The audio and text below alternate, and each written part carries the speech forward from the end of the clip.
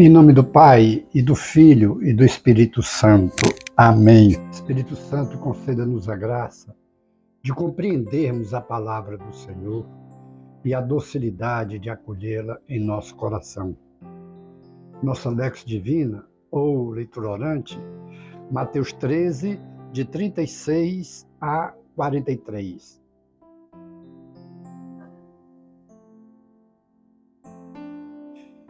Jesus, deixando as multidões, entrou em casa, e os discípulos chegaram-se a ele, pedindo-lhe: explica-nos a parábola do joio no campo. Jesus respondeu: o que semeia a boa semente é o Filho do Homem. O campo é o mundo. A boa semente são os filhos do reino. O joio são os filhos do maligno. O inimigo que semeou é o diabo. A colheita é o fim do mundo. Os ceifadores são anjos. Da mesma forma se junta o joio e se queima no fogo, assim será no fim do mundo.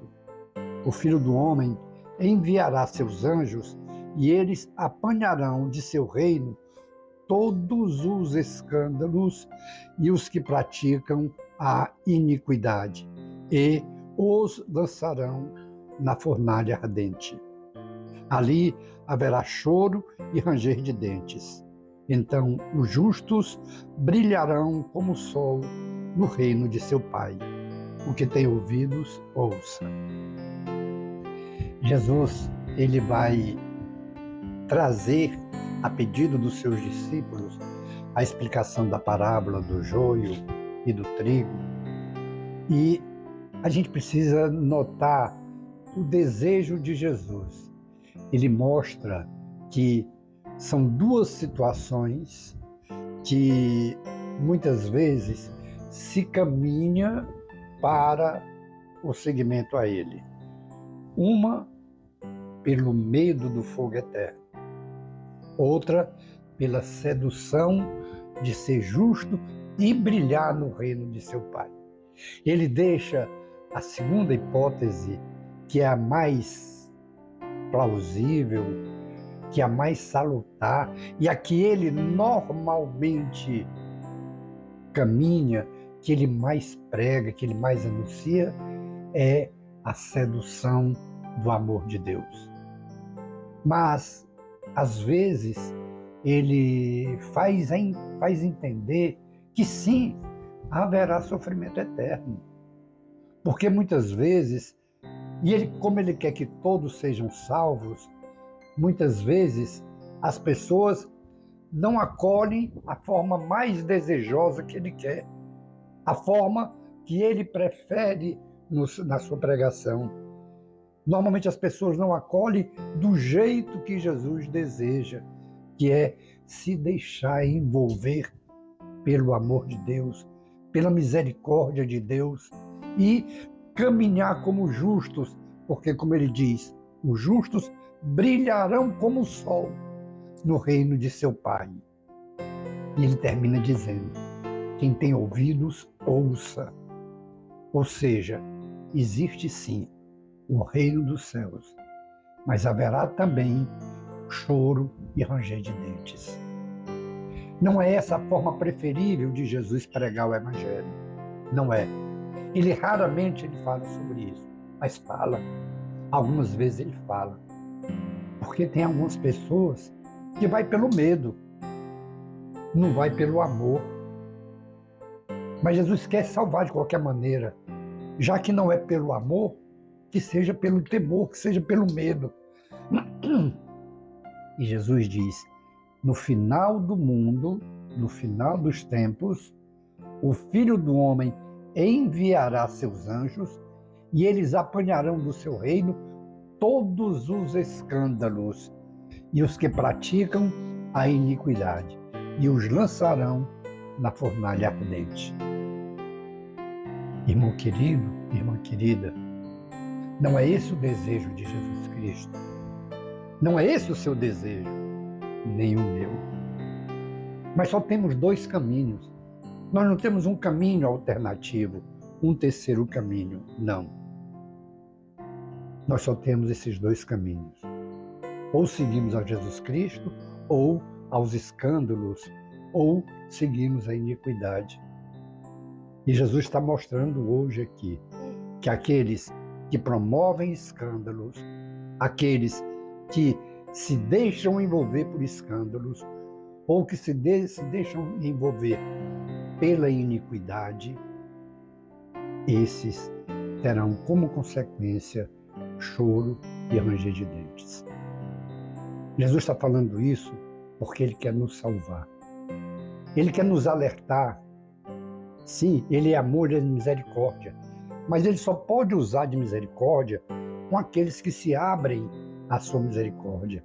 Aqueles que se fecham ao seu amor, aqueles que se fecham à misericórdia de Jesus, ficam impenetráveis. E aqui vale a pena nós refletirmos. Não é o que eu penso que vai determinar onde será a minha eternidade. Não, é o que pensa Jesus Cristo. Porque é Ele o único que nos livra do fogo eterno.